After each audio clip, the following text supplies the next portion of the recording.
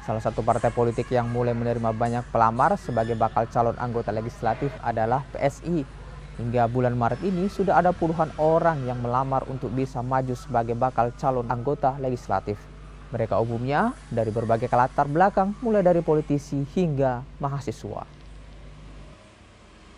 Sampai per hari ini, peminat bacalek PSI cukup banyak, sudah ada di angka sekitar 150% dari kuota yang ada, yang mana nantinya tentunya akan kita lakukan proses-proses penyaringan tentunya.